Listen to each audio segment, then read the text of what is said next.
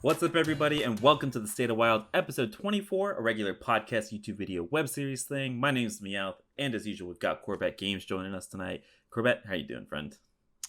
G'day, Meowth. I'm doing so good. How was last weekend? How was the week without me? I know you must have been so cut up about just missing the last episode. Just like me and all the other people that asked me in my Twitch chat, we all missed you, dude. Like, I hope you enjoyed your weekend off. I know. I'm glad things are back to more normal in Australia. I'm a little bit jealous. But yeah, we won't jump on that one too much. But yeah, let's just move past that. But thanks. All right, so I know we had a week off, but as a reminder, we plan on doing 3 things during a normal episode. We're going to talk about meta, what's strong, how to beat it, and decks that might be flying underneath the radar. Second off, we talk about wild news, controversial topics, or maybe the lack thereof. And last but not least, we talk our decks of the week. All right, but before we get started, just a reminder to leave a like and subscribe if you guys enjoy our content. Help us out with that YouTube algorithm. It's free and it does actually support us a lot. But yeah, let's go ahead and get started. Talking about the wild metagame, Corbett and I, we're going to go ahead and preface this. We're a little bit biased. Corbett and I do help the team over at Vicious Syndicate at producing their wild data reaper reports. And so that is coming out at the same time as this podcast. So make sure you guys check that out. If you haven't already, that link will be down in the description. But what we're going to be talking about is the Vicious Syndicate report gives us the best data-driven way to analyze the metagame that we have available to us in terms of Hearthstone. And so we're going to be going through the data. We're going to be helping you guys kind of interpret what you might be seeing and things that might be surprising us, and just kind of using that as a discussion point to talk about the metagame. So the first image that's coming up here on your screen is class popularity in Legend. This is everybody that contributed to the data. These are the classes and the archetypes that are seeing the most play. And so let's just go ahead and kind of talk about this. The big thing that stood out to me was the popularity of Big Priest, right? I knew Big Priest had gotten a lot better. I know people have historically loved the deck, right? As evidence of like when Barnes got nerfed, people still played that deck an ungodly amount, even though it was a tier 5 deck, right? People love it. Ungodly is the correct word. Yeah, it was one of the most popular decks, even though it was one of the worst decks, right? But it gave Reno Priest a run for its money, and that kind of blew my mind. Close to 1 out of every 4 people you're seeing on ladder are a Priest player, and it's all just Reno Priest or Big Priest. And it kind of blew my mind. Yeah, this is a Legend. Just in case it's not clear to anyone, we have that little rank grouping in the bottom right corner. So if you look at all ranks, Big Priest is actually even more popular. But you guys will have to go and read the VS report for that one. But yeah, definitely a surprise, I guess, considering where we were before the expansion. If someone had said before the expansion, like, oh yeah, Big Priest is going to be right up there as close to the most popular deck. That's a shocker. But yeah, in terms of the other stuff, this is all very in line, I think, with what we have been expecting and what a lot of what other people have been seeing and talking about. There's some clear differences, I think, between what Legend as a whole might be seeing compared to something like, hey, top 100. For example, Dark Glare Warlock as just above 3%. I think that's definitely a deck that is particularly more popular at those very, very high ranks. But yeah, as Legend as a whole, this doesn't shock me in the slightest, really. This is very on point, I think. There's a couple things that stood out in terms of popularity, like Jade Druid, for example. That's a deck that we don't really see at all in top 100, top 200 Legend, at least on the America server. And so for me, it was really surprising that it was 3% of the Legend metagame. And I'm assuming that's a lot of people messing around with maybe New Yogg or Umbral Owl. I'm assuming that's what most of that is, but I don't think I've seen more than 2 Jade Druids, right? So that was never something that was on my radar as a potential deck in the metagame. And then also for me, I'm so sad. There's never LPG Mage on any of these reports, dude. None of the Chinese reports. The Reno Mage that's on this is Reno Secret Mage, primarily, right? I'm a little bit sad because I personally am in the belief that it's a really good deck, but we never have enough data and not enough people playing it, man. It's really sad. Yeah, there was the previous report. I know it's a very long time ago, so it's easy to forget. It was over 6 months ago was the last report. Exactly. Yeah, we finally had split Reno Quest and Reno Galaxy mages and stuff, and those were kind of separately kind of archetyped. In this situation, though, Reno Mage is basically being entirely eaten up almost by the secret variants. We talk about this more again in the report. But yeah, in this situation, there wasn't really need or desire to kind of break them apart, archetype them like that, just because they were vastly the secret variants. Yeah. But yeah, LPG. I don't know. It's a deck for sure that I don't think I see a ton. I think maybe it's just you that I'm playing against when it comes to LPG mage. But yeah, everything else, like I said, nothing too surprising, I'd say. All right, so let's move on to our next two graphs. So we're going to show you two images of power rankings that are going to look really, really similar, but there's kind of clear distinctions between them. So the first one that we're going to show you is going to be ranking wild decks by power score, and the next one's going to be ranking them by meta score. So Corbett, for those of the listeners that are not super in touch with what these mean in terms of the Vicious Syndicate Data Reaper report, can you explain to them kind of what the big difference between those two are and how to like use that in their interpretations? Sure. So the VS deck power, which is what this is sorted by and what the VS tier list is ordered by, that's just the win rate. You can just think of that as the weighted win rate of the decks on ladder. So pretty simple stuff, Secret Mage, 54% win rate. That's easy. Power score. So with the power score, the deck with the highest win rate gets a perfect 100. And then everything else is sort of scored relative to that. So Reno Priest is very close to Secret Mage, and it gets like a 94.9 out of 100. And this is done, there's a formula that they use on the like FAQ. You can like look that up on the website if you want, but that's just like basically what that means. Frequency score, it's the same kind of thing where the most popular deck gets 100, right? And then they go down the list where if you're very unpopular, you kind of move down towards close to a 0. And then the meta score, finally, it's a combination. So the meta score evaluates the power and the frequency and gives you like another score out of 100. So theoretically, if a deck is the most popular and it gets a perfect 100 frequency and it's the strongest, it gets a perfect 100 power, it will in turn get a 100 meta score, right? Yeah. So theoretically, a perfect deck, it's the most popular, it's the highest win rate, it's incredibly dominant, it's 100. It's very rare that kind of thing happens. It's typically a deck that is seen as very, very powerful, if not like borderline tier 0. Yeah. And it's definitely like the score that often aligns with what people's subjective opinion is of the meta, right? Where sometimes people think of like a tier list, right? Where like how much influence a deck is having on the meta. And it's kind of a combination of how much you're seeing it and what the win rate is. And often the meta score actually like really closely aligns with that kind of subjective feeling. Yeah, so the first image we've got up here is the power rankings based upon deck power. And I don't think there's any big surprises when we're ordering these decks by win rate, right? So tier 1, we've got Secret Mage, Reno Priest, Odd Paladin, Aggro Druid, Big Priest, right? And I think if you asked anybody, like that's probably what people would put as the top 5 decks in the format. And then tier 2, we get Discard Warlock, Pirate Warrior, Odd Demon Hunter, Darkglare Warlock, and then Secret Hunter. This was a nice little surprise to see that Secret Hunter is sitting up there with a close to a 51% win rate, which is surprising given how much crap I know you and I, but a lot of people in the community kind of give Hunter, right? Yeah, for sure. Yeah. And then just to round it out, I know you guys can see this in the VS report, but for those of you guys that are listening, Q Block, Reno Secret Mage, Reno Warlock, Pure Paladin, and then Aviana Druid, which is primarily Mali Druid, comprise tier 3. And then tier 4 is where you see kind of all the memes. So this is where you see Quest Mage. It's weird kind of calling that a meme, but it's got a pretty abysmal win rate. Big Druid, Jade Druid, Death Rattle Hunter, which is the Maxima, Jewel in the Zoth, Flark Spoon Zuka builds, Thief Rogue, Galakron Rogue, Mill Rogue, Reno Shaman, and Control Warlock. We actually didn't really know what Control Warlock was, other than it had Gnome Feratu, Dirty Rats, and Ticketus, so be that. But yeah, so let's go ahead and show you the next image. This is the meta score, so basically kind of what people really talk about when it comes to what are the best decks in the format. And I don't think, just like the other power rankings, this shouldn't surprise anybody. Reno Priest, by far and away, has the highest meta score. It's the most popular, and it was the second most powerful deck. Followed by Big Priest, which is a little bit surprising. Big Priest, second best deck in the format. I don't know if anybody would have seen that one come in. Followed by Secret Mage, Aggro Druid, and Odd Paladin. And then again, tier 2 gets a little bit of a reshuffle. So Odd Demon Hunter, 6th best deck, Discard Warlock, Darkglare Warlock, Pirate Warrior, Secret Hunter.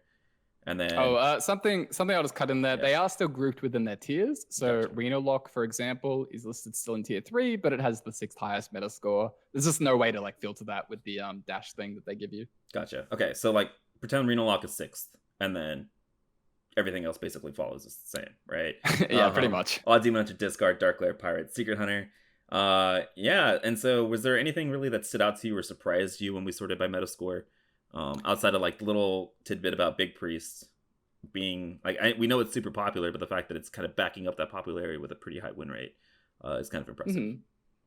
Not particularly. I mean, like Reno Priest not being a perfect 100, I think is a little bit of a shocker, right? Where we felt like it was the most popular deck. I think we definitely both would have guessed that it was the highest win rate deck. So it is interesting that like Secret Mage actually edges it out. Looking at the win rates, there is kind of like a noticeable gap, I would say, even among the tier 1 decks, where you have Secret Mage and Reno Priest, and then it's kind of like Odd Pally, and then there's like, by the time you get to Aggro Druid, things have kind of already shifted by like almost an entire %. And then meta scores are also beginning to like drastically differ. Yeah. And, you know, this will continue once we look at the matchups. That's what we'll get to in a second. But for me, like what we're seeing with the matchup table, the win rates, the meta score, it really does look like Secret Mage is right up there as like a very, very powerful deck with Reno Priest. Like those are the two really top dogs once you really dig into the matchup spreads and a lot of this kind of stuff. But overall, I think some of this has actually been very affirming to what I was feeling. And some of it's been a surprise. So Dark Lair Warlock being a little bit lower than some people might have anticipated is definitely something that doesn't shock me. I have been, you know, very hesitant, I think, to say the Dark Lair Warlock was one of the top decks. Like we've talked about this in previous podcasts where you felt that like it was Reno Priest, Dark Lair, Aggro Druid. Yeah. And I was never quite ready to say that I think Dark Lair is up there. I think it's kind of in that second group. And this isn't a shocker to me to see that it does have like a bit of a lower win rate. And this kind of speaks into how those non-games can kind of inflate people's opinion. In terms of like decks that kind of shock me in terms of like how quote unquote good they are, Secret Hunter, you know, you touched on that. Secret Hunter is definitely a little bit of a surprise to see it up there. What about you? Yeah, I think the big surprise to me, we touched on Big Priest. For me, it's Odd Demon Hunter. So like Odd Demon Hunter was kind of got a brand new big revamp with Dark Moon Fair, and the fact that it's being pretty successful, I would say, and we'll talk about potentially why it is so successful once we get down to the matchups, but it was surprising to me to see it that high up.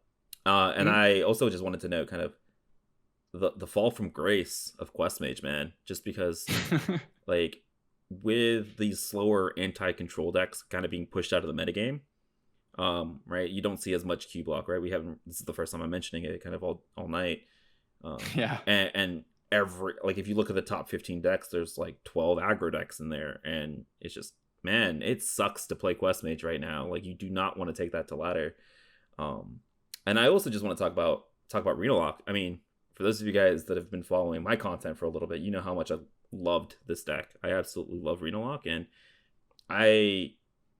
this kind of affirmed to me that it sucks, man. As popular as it is, and I think a large part of that is the fact of people wanting to play Ticketus or have this deck that they perceive counters Reno Priest, right? With Gnome, Ticketus, and Gnome or was it Wizard Finley, right? All in the same deck, and it supposedly counters Reno Priest, but like the deck's not very good, man. Like, we were looking at the matchup spreads, and decks that it should be beating, I think, consistently, like stuff like Odd Paladin is super favored for the Odd Paladin, right? It's kind of insane. And I was looking a little bit at the stats on HS Replay of like individual cards in the deck, and like stuff that people love, right? The Wizard Finley, the Ticketus, like they are the worst performing cards in those lists by a mile. And so it's really sad to see like the power level of the deck, even though it is like the 6th most popular deck, I think, or the 5th most popular deck in the format. So yeah.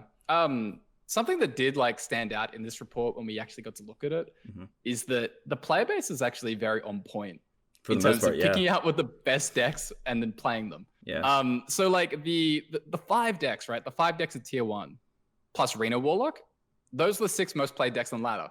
So the player base, for the most part, is like identified very quickly, it feels like, what the good stuff is, and has gone towards it. Now, the counter argument to that is, hey, these are the decks that got the most attention. Maybe some other stuff, if it got more like popular and it had more attention and got more refined, it would also have a really good win rate. Yeah. That's kind of the flip side of that. But I think like it's very tough to say the player base hasn't been good in figuring out quickly what the good stuff is, and kind of hasn't appeared to miss anything. At least like if the player base has missed something, and there's a very good chance it has, the VS report isn't going to be like the big thing revealing it. Yeah. Which isn't always the case, because sometimes the VS report comes out and there's something in tier 1 and everyone freaks out because it's like, what the hell? That's like, not what in are tier they 1. thinking? Yeah. Yeah, like what are you doing? Why is that in tier 1? And it's like eventually people figure out, oh, this is actually really pretty good. Well, this isn't necessarily the case this time. I want to ask, or like provide a potential counter argument, because we do talk about how like in general people are in Wild are really slow at picking up what's good, right, and gravitating towards those good decks. I wonder how much of that is relevant to the fact of outside of Big Priest and Odd Demon Hunter, not a ton got big shakeups in the metagame, right? Like there's no brand new deck, right? Like Darkly Warlock, like there was in the past. And so I wonder how much of that has a factor in that, where like people didn't have to reinvent the wheel. There's not brand new decks that people have to experiment with and refine. And I'm not sure like if there's an actual answer to that, but I'm wondering if that potentially has a role in people playing what's good. Yeah, potentially. It could also just be like I was saying, like the idea that everyone thinks that stuff is figured out. I mean, there are decks that I've played very recently, and I think you have also. We'll get to them later. That don't actually even make it onto this tier list, right? Yeah. Where I guess we can talk about it openly. Where like I think Kingsbane Rogue is a deck that had a low sample estimate of tier 2, but I think that's a deck that potentially can be a lot better if it had been given more attention, and it seems like it's picking up a little bit on ladder recently as well. But I'm very, very happy that we've got this report and we've been able to see a lot of this good info. And I mean, we break it all down like very in a lot of depth. Like, so if you're interested in a particular class and stuff, make sure you check it out, all that kind of thing. Yeah. So we're going in depth here on the podcast, but we go even more in depth in our writing because we're allowed to do that. Yeah, exactly. We're not restricted by time. And so speaking of time, let's go ahead and move on to talking about the WoW matchups. And so what this graph is, it's a really cool graphic where this is the matchup spread of all of the classes that are in the VS report on the left side compared to the 5 most popular decks in the metagame.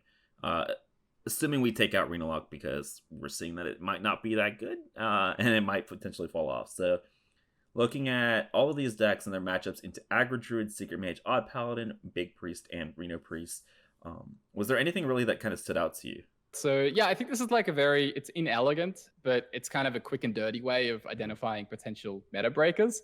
Obviously, like decks that have a lot more green are going to have a high win rate because, we're talking about the most popular decks. But at the same time, like you kind of look through this and it's like, a deck like Pirate Warrior, right? You can definitely look at Pirate Warrior's matchup spread and say, hey, if Odd Paladin continues to become more and more popular, like Pirate Warrior being this incredible counter and still doing pretty well against the other popular stuff.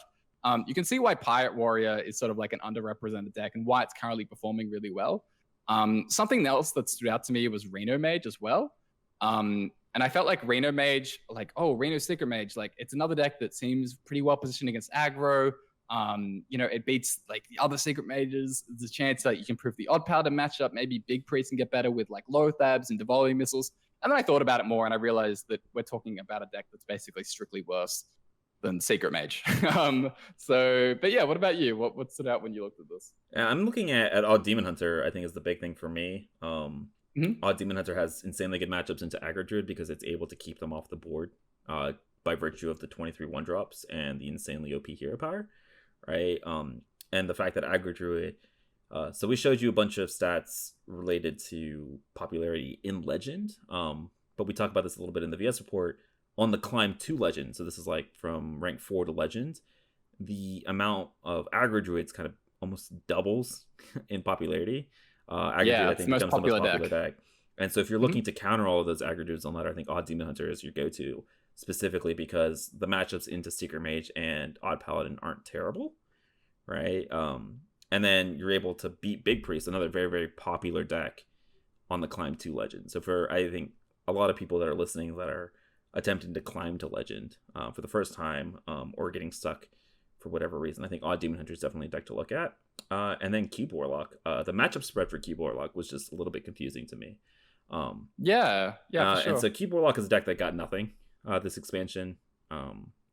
And so a lot of people are running kind of the older lists that are still running Albatross as their attempt to like mess with Reno Priest. But for me, the fact that like, okay, yes, you're decent into Reno Priest, and then the fact that Cube Warlock has such a poor matchup in something like Odd Paladin was kind of crazy to me, and that kind of shows like how much more explosive Odd Paladin has gotten, and how powerful I think cards like Never Surrender and Oh My Yogg are. Right, Defile is no longer that auto win that it used to be. And then Secret Mage, I think, was interesting to me because historically Secret Mage has been a horrendous matchup for Cube Warlock, just because you can set up all these taunts, but you normally take a lot of damage while doing that, and then Secret Mage can just go over the top. But I think Secret Mage has kind of shifted its game plan to be a lot more board centric, right, with the Cold Conjurers and Sage, and that improves the matchup for Cube Warlock significantly, which was, it's a little bit counterintuitive, but it makes sense with kind of how Secret Mage has adapted its builds with some of the new cards. Yeah, there's definitely, some variance in these matchups that we're talking about, because it is wild. The sample size on a lot of them isn't ginormous. So a matchup that looks like a light green, for example, might be placed at like 53%. But, there's some variance, like maybe it's close to even, maybe it's like slightly better than that in reality. Maybe it's build related, like what you're talking about with Cube Warlock, where perhaps like Albatross builds are favored over Reno Priest. Like if you do go fully in on the Albatross, then sure. But is that the best way to build it for general ladder? Maybe not. Maybe yes. I don't know. The other thing that stood out to me though, just before we move on, is Secret Hunter. Because I think that Secret Hunter is one of the more interesting decks when you look at the win rate, right? You see that it's low tier 2. It's like, oh, Secret Hunter, maybe this is actually pretty good. But you kind of dig into it and it's like, I think I understand why I don't want to play Secret Hunter.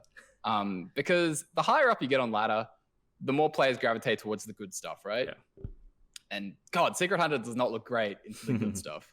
Where it's at best kind of like doing even against like Aggro Druid and Secret Mage. Maybe that can get better with different builds, whatever. Yeah. But you're so bad into the Priest, right? That it's just like against the most popular stuff, it's like, how can you ever really go positive? And so I think Secret Hunter is an example of a deck that really beat up bad stuff. Yeah. and will like do well against like more unrefined and unplayed decks. And then, the more you see the good stuff, the worse it'll be off. I feel like you could make that claim for a lot of the decks that you see in like tier 2 and tier 3 for the most part, where like they beat up on the unrefined or the bad stuff, but they're going to lose to the stuff that's in tier 1. And I think Secret Hunter is no exception to that. Yeah, for sure. All right. So again, that's going to kind of cover it for the meta for us. Just kind of, we wanted to touch briefly on a lot of the stuff that stood out to us and kind of excited us about the VS report. But if you want more in-depth analysis and all that kind of good stuff, make sure you guys check out the link to the VS report written by me and Corbett. Make sure you guys check that out, and make sure you guys check out all of the brand new deck lists for all of these decks. I think there's upwards of 30, maybe 40 deck lists combined for all the classes. So if you're ever looking in that deck, those are the good stuff. Like we only provide you guys the best. But yeah, so let's go ahead and move on to our wild news. Yeah, so if you guys didn't know, currently Hearthstone World Championship is going on right now over on YouTube. And if you don't know, I can't blame you.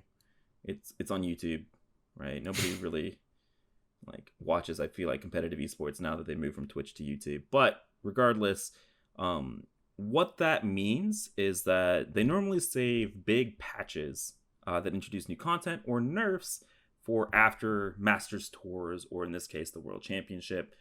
They've already announced a patch for the 15th that's going to be including BG's updates and MMR reset, as well as upgrades and updates to the reward system and all that kind of good stuff. But I'm also thinking and hoping for potential balance changes, and I think that's what a lot of people are thinking is when we're going to see potential balance changes. It's been about a month since the expansion, so this is kind of about the time that we would see balance changes anyways.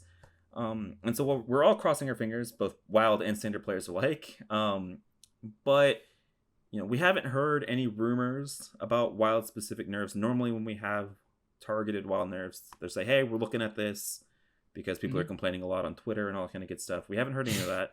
So we're expecting currently that all the nerfs are going to be standard related. And so what we're going to do today in this little wild news segment is talk about cards that might be getting nerfed in standard that might potentially impact wild. Okay, and so these are cards that are going to be nerfed because of their power level and prevalence in standard. And maybe most of them won't impact wild too drastically, but some of them will. So Corbett, you want to take it away? Yeah, sure. So, we've talked about the VS report, the VS podcast. They kind of went through and they talked about some of the expectations for nerfs. Yeah. They've been generally pretty accurate, like in the past few, in terms of balance changing, guessing and stuff. And so we'll kind of use that as a baseline, right? Like Meowth and I aren't incredibly involved in standard right now. So I think like being able to use that makes a lot of sense. So yeah, the nerfs that Zacho and Ridiculous Hat kind of really touched on. Firstly is Skull in Demon Hunter. It's played in all three of the major decks. It's kind of the only card that sees major play there. So a nerf suggestion was to reduce the cost of the discounting by 2 instead of 3. It's a 6-mana card in Demon Hunter, not relevant to Wild. So we can go on from that one. Another one was Blade Dance to 3. Currently, Blade Dance sort of goes against Demon Hunter class identity in terms of like being very, very efficient as a removal tool against like multiple minions, like multiple big minions. Demon Hunter is kind of not really meant to have like big AoE. So that kind of nerf is something that we could see. Blade Dance. Wriggling Horror as a 2-mana 1/1 was something that was raised. Currently, Wriggling Horror, we've talked about this in this like podcast, I think, where Wriggling Horror is really, really strong in standard. And currently, it's like a suggested nerf for not just aggro Demon Hunter, but there's a kind of a fear that it'll define a lot of aggro decks moving forward. Like it'll be played in basically everything aggressive in standard for a very, very long time. And so moving that to a 2-mana 1/1 was a suggested nerf where, still get the buff, but it's less of a threat itself. Next up, Bloodsworn Mercenary. They mentioned that it could go to a 4-mana 3/3, takes away some flexibility with Skipper Smith turns, makes it a little bit more targeted in kind of what it can do as like a combo piece, rather than just kind of being good on curve and good in Skipper Smith turns and good as a finisher. Like it's a little too much right now. Oh gosh. Yeah, Skipper Smith. Another one was Bran. So this is the 5th one they talked about. Dynatamer Bran to 8. I'm so sorry, Reno Hunter fans, if this happens. But yes, Dynatamer Bran to 8 mana. They identified it really as an issue because it's very consistent right now with Polk Out. So, personally, I'd have a preference for which one they went to out of those. But, they talked about Dynatamer potentially. The second last one was Cage Match, talking about it going to either 3 mana or a 2-mana 1/1. Basically, right now in standard, Cage Match very much defines Shaman, where it's very strong. It's like it's not a bad tempo play, and it gets like your most powerful cards. Yep. So either up the cost or kind of reduce the stats. That way, it's not quite as efficient tempo wise. And the last card that Zacho talked about was Foxy. Foxy can create some pretty toxic gameplay, I think, where particularly when paired with Shadow Step. So the nerf they talked about was, making it a 1-mana 2/1 and maybe a combo reducing by 1 instead of 2. So very similar to Dark Lair, where like you kind of tone down the effect, but you also take a mana and some stats off. So those are the 7 cards that they really hit on. They did talk about some others, but yeah, Meowth, are there any others not any others, but like what at least stands out to you when looking at these cards and how they might apply to Wild?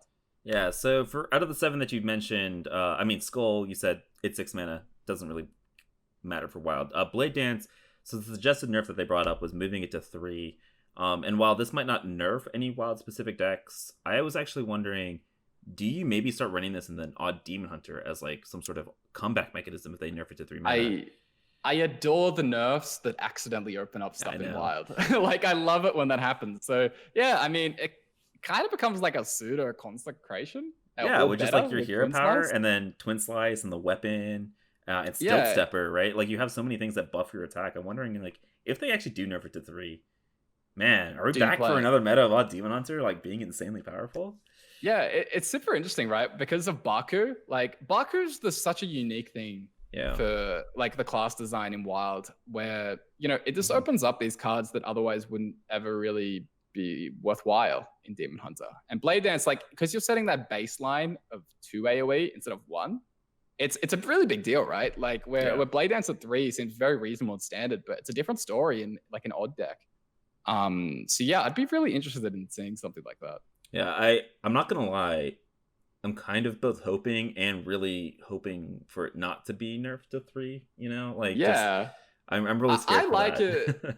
I like it when stuff changes in Wild and it doesn't feel like, you know, in your face. Like, it doesn't feel like it's disgustingly strong and like a total accident that something went very wrong. Something like this, I think, would actually be kind of interesting. And cool, it's like the Twin Slice change, right? Where, like, we got to play change to Twin Slice made it insanely powerful and Wild. And I think what this does is actually makes Odd Demon Hunter, like, the premier keep you off of board aggro deck, right? Where, like, that's what Even Shaman used to be. It used to be the deck that you would play against Odd Paladins and Pirate Warriors because you were able to keep them off of board super effectively. And now with your hero power and running 23 1-drops and you get to run Blade Dance, I think that's totally what Demon Hunter might become.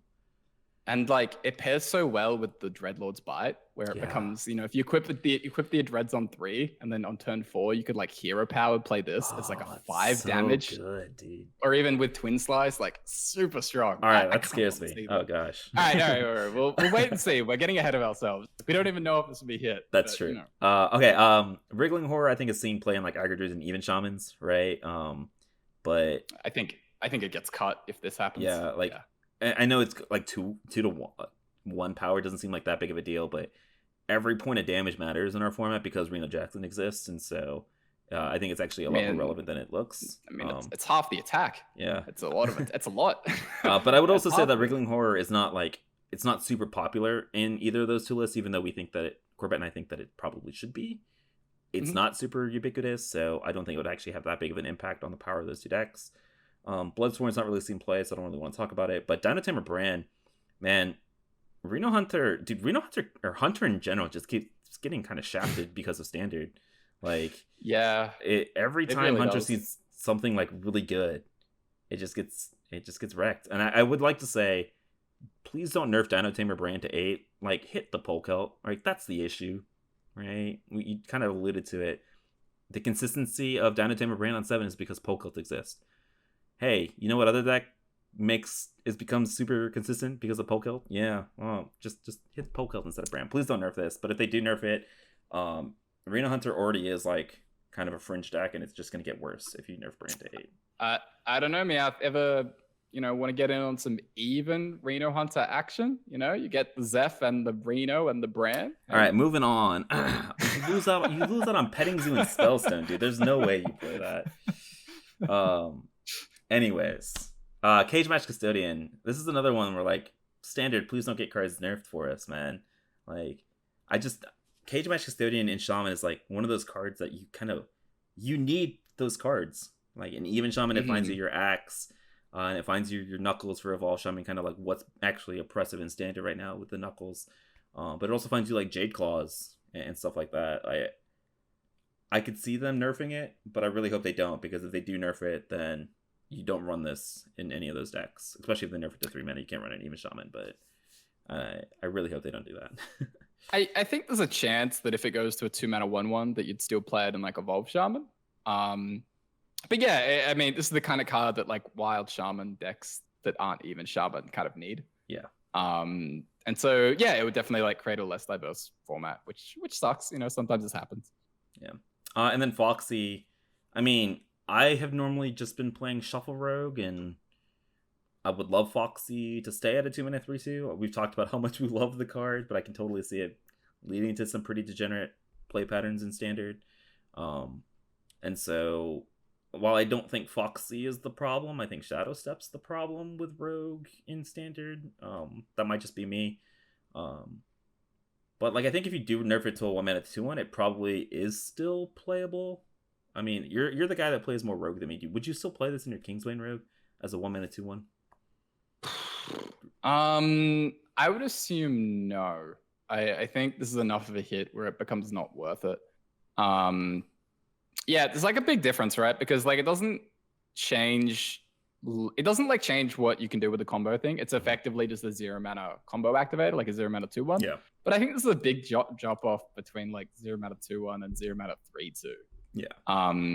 And so there's a small chance you play it because it's really competing with Prep, and Prep isn't like a particularly strong card in these Kingsbane lists. Like I'm already cutting it down to a 1 of.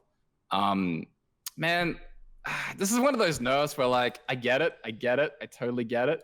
But like, hey, what if we just killed Edwin instead and we got to keep Foxy in Wild? Because I love Foxy, I love Kingsbane Rogue. So yeah, maybe this can be the one that's painful for me.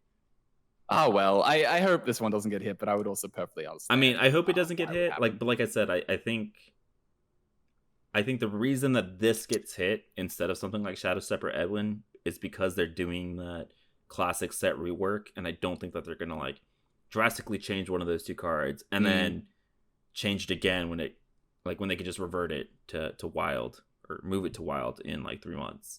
And so I think something cute, that opens up is that it's a similar effect, but it gets moved to 1 mana. So maybe Odd Rogue at some day can use like this with Miscreant, and that kind of thing is kind of cool. I like it when the even and odd decks can kind of get opened up by nerfs. I think that's like the biggest thing that happens in Wild, to be honest. I just like, I'm not even thinking about Odd Rogue. It's just like, it's so good in Shuffle Rogue and it's so good in Kingsbane Rogue as a 2-mana 3/2 because it'd be a bummer. Body. Yeah. But yeah, so there's also a couple of other nerfs that they mentioned on the podcast as potential problem cards in Standard that I think I want to talk about a little bit and touch on, as I think that they're pretty problematic cards, or not problematic, but like super strong cards in Wild as well. So something that they brought up was Animated Broomstick. Oh my god, yes, please nerf that card. That card is busted. I don't know what it really, abuses in Standard, but the fact that it's played in like a million Wild decks. Like I played in LPG Mage, it's played in Darkler Warlock, it's played in Odd Paladin, it's played in so many decks that like it does way too much for a 1-cost card, dude. I could totally see them moving it to a 2-mana, and if they do that, it hits Darkler Warlock, it hits Odd Paladin, it hits some of these top tier decks, and it's a lot less of a bad feeling, I think, when you play against it, which is what I see a lot of Broomstick. Yeah, so they actually touched on the pod, like how there are certain metas, right, when they brought in a ton of rush mechanics, and it kind of felt like the game was sort of, I make him board, and then I rush in, and then you make a board, then you rush in, and then I make a board, and it's kind of like no one's really, it's just like everyone's kind of playing removal on sticks. I guess in this case it's broomsticks, where like broomstick has seen thanks but yeah, like broomstick has seen play, like currently it's in like the combo EDC build. It's seen play in like Paladin, it's sort of like play in Druid, right, where players used to make like Druid swings with Guardian Animals and then broomstick immediately. And so it's kind of drawing a little bit of frustration, right? It's like a 1-mana card being capable of that kind of board swing. It does seem a little bit out of line. And I think like you talk about the mana nerf, something that I don't think they said, but which kind of sprung to my mind is, hey, what if you made Broomstick give like adjacent minions rush? I think that's like a really cute change where it doesn't create as powerful of a swing. You can imagine Dark Lair, for example, where it could like maybe remove 1 or 2 things now, but you couldn't like destroy your opponent's entire board in Wild. And I think that's kind of like a cute change. I don't know if it actually addresses the problem properly in Standard, if there even is like a very clear problem, but it's what jumped out to me. And I think Broomstick in general, like it's such a powerful effect, right, at 1 mana. I think even if it's not hit now, I'd be like 50-50 that it probably gets hit at some point before it rotates. Yeah, I mean, I'm just speaking from like a Wild perspective, but I think because aggro decks for the most part now are very board centric, right? It feels really weird for a combo deck, right, to clear your board out of nowhere. Hey, I'm playing a board-based aggro mirror. I'm playing against an Odd Paladin. I have done so much work. I have established an advantage when it comes to my board position, and then all of a sudden they clear my board with a bunch of 2/2s and a broomstick. I think those are the board states that like Broom feels really weird to me, and I initially was a fan of Rush until they started printing it on everything, and now it feels like if you don't have Rush, you're at a disadvantage, and that's kind of where I'm at with Broomstick. And I would totally agree with you that it might need a nerf, even if it does kill something like ETC Warrior and Wild, which is not super popular. I think long term moving forward, I think Broomstick, like you said, I think it's going to be a problem. Yeah, another card that they talked about, which works very well with Broom, is Barov. Barov is kind of the seen as generally busted. You know, you guys know how strong it is, where it's super efficient, super flexible, what it can do. This would actually, you know, this could be a really big deal in Wild. Can you imagine the Dark Glare meta if we didn't have Barov? What that would have been like? That could have been a little bit more brutal than it was. But yeah, I think like Warrior currently is super dependent on Barov, so I think that it's a very, very powerful card, but I'm not sure how I feel about this, like if it ever gets nerfed. It'll be interesting. They definitely won't hit like some of what we're saying, just so it's clear. Like they're not going to do Mercenary and Barov and another Warrior nerf, right? It's going to be like they'll pick out the problem, that what they think are the problems, and kind of go after that, and not just destroy classes. But yeah, a Barov nerf.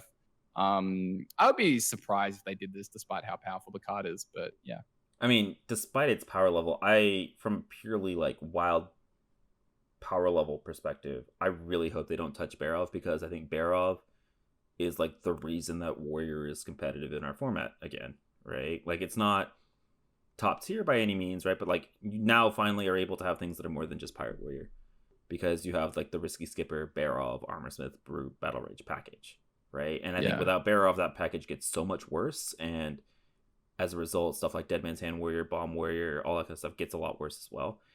And from a purely like, hey, keep Warrior competitive in Wild, I hope they don't nerf Barov. But again, I don't really know what its power level is in Standard relative to everything else, and so that it might be something that eats a Standard nerf and then ultimately gets reverted. Barov is interesting in Wild, where it's kind of this check, right? Where it kind of this checks Lothab in some situations. Or you can imagine like previous metas, right? Like Naga Sea Witch. Where, you know, if you Naga Sea Witch, like Barov also just is like super clean, very efficient answer to that. And so Barov is kind of arguably very healthy, I think, for the format in terms of being sort of a stopgap for some of these like incredible board swings on turn 4 or 5, which sometimes get opened up in Wild every now and again. So yeah, I would be surprised and even a little bummed out if they made this change. Agreed. And then the last one that they talked about is something that I will absolutely hop on board any nerf train. Lore Keeper Polkelt was kind of the last big one that they brought up that might affect Wild. I don't think we need to talk to you guys about kind of how dumb this card is. And the reason that it's so dumb is because it makes decks uber consistent, right? Whether it's Reno Hunter in Standard or Demon Hunter in Standard or Face Hunter in Standard, for goodness sake, is running Polkelt. Like, obviously, the big deal in Wild is Reno Priest, right? It puts your combo and your removal and your healing all within the next 5 cards, which is kind of insane. And it makes the deck insanely powerful and insanely consistent. It's Polkelt to me is one of those, hey, it's an Embiggen effect. It's a Barnes effect, where if you have this on curve, your win rate skyrockets by like 20%. It's like Hemet, right? Where like the moment they play Hemet, you're like, oh crap, well I guess I lose the game because I can't kill them in 2 turns, right? So I don't know if this will see any nerfs. Like maybe I've seen a lot of people talking about moving it to like 5 or 6 mana. So at least like when you're getting that reorder down for combo decks, it's coming a little bit more of a price, which I could get behind. But I also like, just if you delete the card, I think I would also be okay with that, to be completely honest with you. Yeah, I think like there are some very weird things going on with Polkelt in Standard. Like the idea that you play it in the aggro DH or like aggro hunter seems very strange, right? You're playing a Yeti, for goodness sake. Yeah, like, the 4/5 is not good. It definitely doesn't feel like that was any sort of intention behind the card. Like what's happening with aggro DH, not to get too into Standard, but in aggro DH, what they do is they play Polkelt, right? And they put Skull on top of their deck, and then Skull draws 2 and it draws Altruist. And it kind of gives this aggro deck this really powerful combo endgame that seems very like out of line for what the deck should be able to do. And it kind of makes it very difficult to counter. And this is the kind of stuff that Polk Out kind of opens up. And so like we've talked about Skull, we've talked about Bran as like potential standard nerfs. And really those cards are both very infected by Polk Out. Where Polk Out is actually kind of enabling those cards to kind of do things they kind of shouldn't. Where like Bran becomes, it's like you're running 2 copies of Bran, right? For example, in Hunter. And that's kind of like a reason why they're talking about it being a potential hit. Now, whether that actually happens, still very speculative. Yeah. But I think like Polk Out is definitely a problem moving forward. And I think like delaying it by 1 turn could help a ton. It kind of pushes it, I think, out of aggro decks where you can't afford to play a 5 and a 4/5.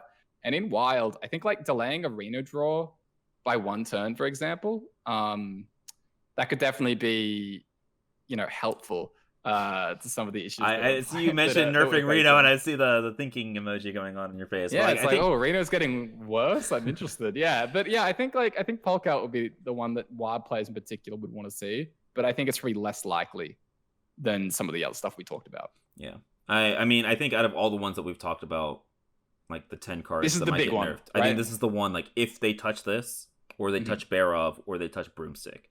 I think if they nerf either of those 3 cards, you're going to see huge ripples in the Wild metagame, right? Where you're going to be hitting multiple tier 1, tier 2 decks if you do that. Which is interesting because those are the 3 ones that weren't kind of the first ones mentioned, right? These are like the off the wall, like maybe they touch it suggestions. So we're kind of hoping for something a little outside the box, I think. Yeah, and then speaking outside the box, we mentioned like we don't think that there's going to be a Wild nerf, right? There's been no rumblings, nothing like that going on. And so we're not getting our hopes up. At least I'm having to suppress my hopes of a Wild specific nerf come Tuesday. But based upon what we've seen kind of in the past, right, with their trends for nerfs, if they do nerf something on Tuesday, what do you think are going to be the best candidates? I mean, the clear one is, I think, is Raza, right? I think for me, Raza is probably the only one that kind of makes sense to me. Realistically, I think none. Like we're talking about expectations. I would be shocked, like straight up shocked if they actually hit Raza. But I think like if I was like, gun to my head, like had to pick something, then yeah, I think Raza's the one where, I think there's been kind of enough backlash on the card. Maybe I'm biased and a little bit of an echo chamber. That's certainly possible, right? Like the people that I hear from are people who are interacting with me and I talk a lot about Raza. So maybe that's kind of part of it. But I think like Raza's a card that they could go back on. That's kind of the big one I see. Meowth, I know you had a couple that you think are sort of next in line. What were those exactly? Yeah, so outside of Raza, I was really interested in Broomstick, mainly at toning down kind of the big swing turn of combo decks. But we talked a little bit about Broomstick. And then another one that I might like to see nerfed is Embiggen. And so this is a card that's actually in Standard currently, but is seeing absolutely 0 play. And so I think you can maybe get away with nerfing Embiggen without too much backlash from Standard. And I will say, I think when they nerfed Darkler, that was the first time they nerfed a Standard card for a Wild specific deck. And so I would be very surprised if we see this, but I think Embiggen is up there for stuff like Polkelt and Barnes, where if you play this on curve, hey, your win rate skyrockets 20-30%. If you're an aggro druid and you have Embiggen and then you play a pirate, you are winning that game 99% of the time, right? It's just one of those super swingy cards that is not skill intensive, right, to pull off, right? It's, oh, did I draw Embiggen? Oh, I play Embiggen, I win. And it's so unfun to play against. And it's not like aggro druid's the best deck, right? We kind of cover that in the VS report. It's not that aggro druid is dominating the metagame, but it's just one of those, oh, my opponent played double Embiggen. Well, I can go ahead and bottom right and escape this game because there's very little chance I have it winning that game, right? Like if you have Embiggen on 1, that's what, like minimum 10/10 worth of stats for the rest of the game, right? Assuming the game lasts until turn 4, turn 5. For 0 mana, +10/+10 is kind of insane. Like you'd play a 0 mana, give a minion +10/+10.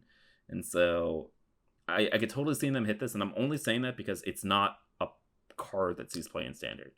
And because it doesn't see play in Standard, I see maybe them, hey, I know this is a Standard card, but because it's not seeing any play, we can nerf it and it'll be okay. Yeah, like you said, because they very rarely have gone for these, like, it's only really one time that it came to mind for these, like, nerfing a Standard card for Wild reasons. Like, they're really trying to avoid that where possible. But yeah, I definitely agree. Like in Biggin, super unhealthy, and in Biggin on one aggro druid is favored against just about everything.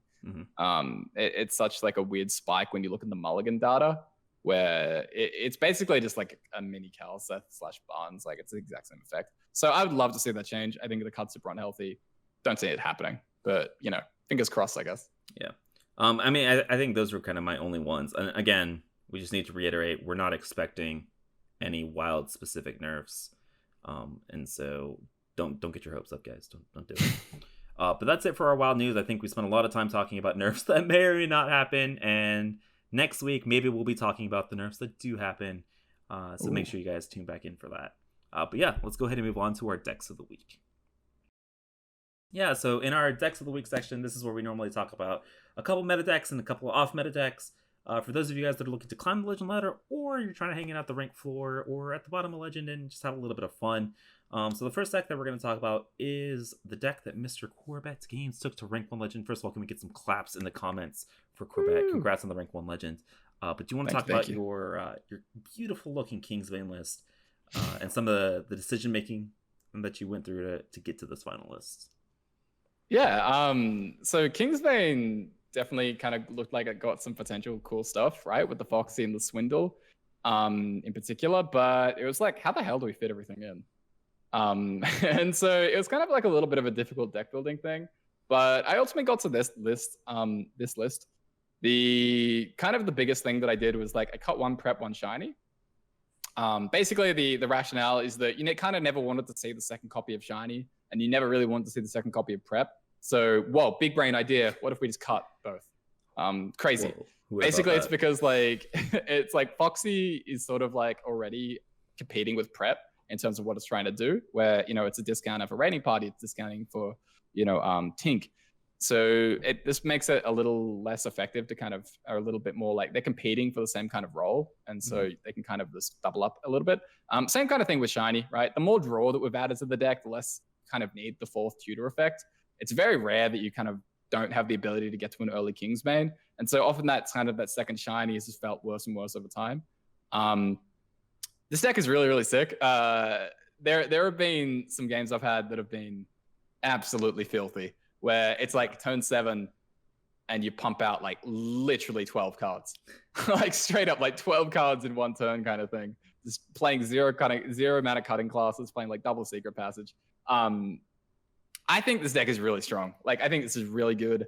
Again, we talked about in the VS report stuff that VS had a low sample thing for Kingsbane as like tier 2. Yeah.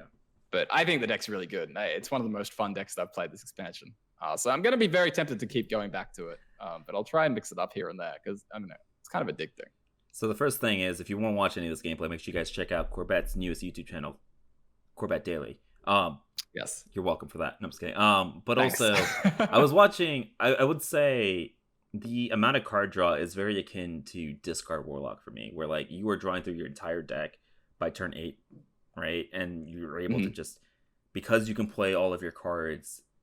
I think what's happened over the past, just like year, right, is you've seen All-Enough get cut from Secret Mage, you've seen Myra's get cut from Kingsbane, right? Because you have the ability to draw so many cards now in aggro decks, right, that you don't have to like run these big bombs, or you don't have to run these kind of, I need to find my Kingsbane because it's my win con, but because you're drawing 30 cards, you're always able to find the cards that you need, which has made all of these aggro decks, right, Aggro Druid, Secret Mage, Kingsbane Rogue, so much more consistent, which is really awesome. And I would also like to say that I am down for Kingsbane Rogue. Kingsbane Rogue is always one of my favorite, but I will say, I think I was watching most of your climb to rank 1. You did not queue into very many aggro druids and odd paladins, which should be very, very poor matchups for this deck. So just keep that in mind. This deck should farm stuff like Reno Priest, right? That's what it's good at. But you will get farmed by aggro druids and odd paladins, so just keep that in mind. Yeah. Oh, and just before we quickly move on, dude, Prize Plunderer. I keep on getting a lot of questions like, "Oh, are you sure you want that? Run that card? Like, what about something else?" So no, don't cut it. It's busted. Standard players are figuring out it's busted. Wild players, you guys need to know. Yeah, this card is so strong, especially in combination with stuff like Foxy and Swindles and Secret Passages. Like, they're so good. Yeah. And I think like you're replacing the 1 mana 1/1 that gives you 2 more 1/1s, right? And that card sucked. Yeah. Right. So it's not a very high threshold that you need to cross to play Price Plunder, and it has the potential to be insane. I've had Price Plunders that have cleared freaking Despicable not Despicable Dreadlords. What is the 5/7? Enhanced Dreadlords against Warlocks. Yeah. And then it lets me hit face with the Kingsbane. It's insane, like what this card does. But welcome to the We Love Rogue section of the format. So the next deck we're going to talk about is Odd Rogue. So this is I love this section. And this is a deck that I think people have just completely kind of forgotten existed in the past month, because just like I feel like 4 or 5 episodes ago we were talking about how good this deck is, right, with all the tools that it got from Skullmance and it potentially being like one of the best aggro decks in the format, and I haven't seen anybody playing the deck like ever this expansion. And then I busted it out today on ladder and went a swift 7-1 like nobody's business. This deck is so good. I think the biggest thing that it has going for it is because stuff like Secret Mage and Pirate Warriors and all these decks are so much more board centric now. Just like Demon Hunter, your hero power is so good against those decks. It's so good. And then you have like tour guides and the pirates, and like, dude, Toxin Blade is such a stupid card, by the way. It's so good. And then I could just take a segment from a couple episodes ago and like reinsert it here, and it'd probably be 100% accurate. I think Odd Rogue is a deck that people need to stop sleeping on. I think it's a very, very good deck, for sure. Yeah, when we looked at the Wild VS starter, and I saw that Odd Rogue was less than 1% of the meta, basically, at like all the way up until Legend, didn't even make it into the low sample tier list. Didn't even get there. I was shooketh. I was cried a little shaken up. Dude. I cried a little. That deck, like Odd Rogue is so disrespected. I mean, come on. Like, this is the most disrespected deck in Wild, where it feels like for so long now, like basically ever since like we can talk about years at this point. Ever since Baku came out. Ever since Baku came out, it feels like this deck is just constantly underrated. And right now, this is probably like, if you want to be a cool kid and play like the most off-meta thing that's still really strong, it's probably this. Like, no one's playing Odd Rogue. Odd Rogue's super good. It did get one thing, like with the Plunderer that we talked about. It's less effective here because, you know, there's not cutting classing for 0 and stuff. But it can still be a fine card. Like, don't be afraid to play it out on 1. And, you know, like, it can tidy things up a little bit in the mid game as well. So again, it's kind of competing with Flybooter. Flybooter is very mediocre, so you know it could be a slight upgrade. But yeah, Odd Rogue, definitely a really good choice if you want to play something a little different that you might not have touched for a bit. I think the big question is, so in this section we cover meta and off meta decks. I had this in as a meta deck, but I guess it really is off meta because nobody's playing it, right? I guess so, yeah. There you go. Ooh, off meta deck that's going to win 90% of your games. And then speaking of an off meta deck that actually came close to winning 90% of the games, at the beginning of this month, I was kind of not really challenged, but I was like asked to play the new Zoth or new Zoth in LPG Mage, just because people wanted to see old gods, and I was like, hell yeah, let's do it. Man, I went 26-8 with this list, and I don't know if that's just purely off the back of yellow cards, and I'm sure that had a huge factor in it, but man, N'Zoth is actually not bad, right? Multiple times I was rezzing, like, basically what you do is, since you don't really run good death rattles in Mage, right? Like, you can't really run the old N'Zoth like you could in Warlock.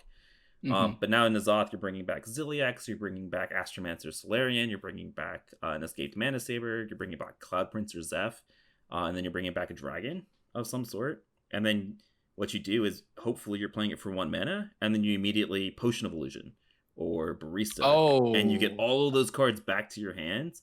Oh, talk about value. Okay, that's pretty filthy. Yeah, and then so basically what you can do is everything in this deck is geared towards beating Arena Priest or beating aggro, right? Because you don't, like, against stuff like Demon Hunter, just N'Zoth and then Potion, and N'Zoth and then Barista, and then you're good to go.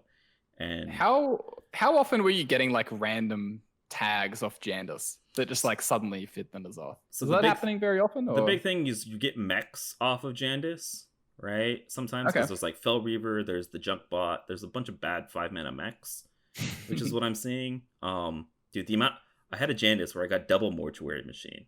That was really funny and also really scary. Scanning brain, I have no idea. It's the 8/8 like it's the 8/8 like Fel Reaver, but instead of like milling cards, it gives your opponent's minions reborn.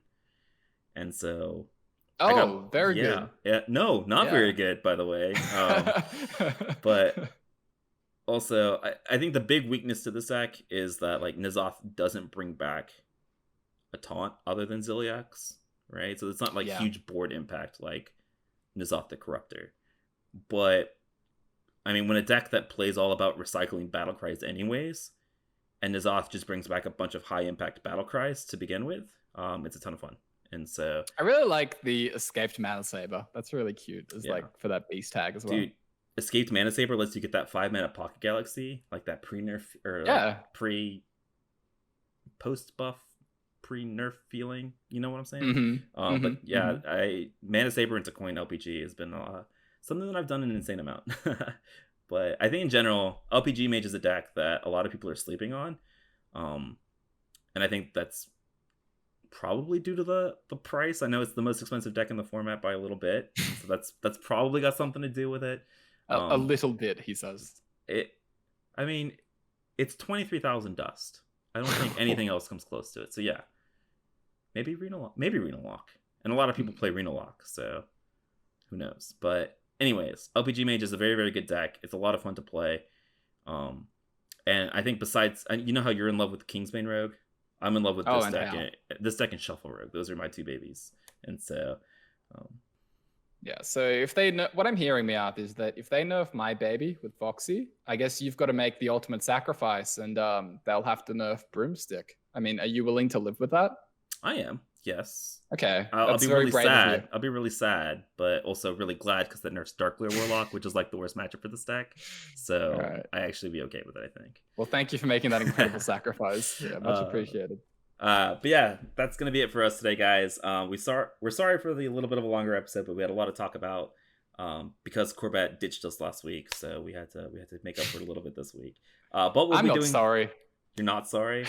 No, man, you hear that, viewers? Oh god. But yeah, we'll be doing State of the Wild episodes every Sunday.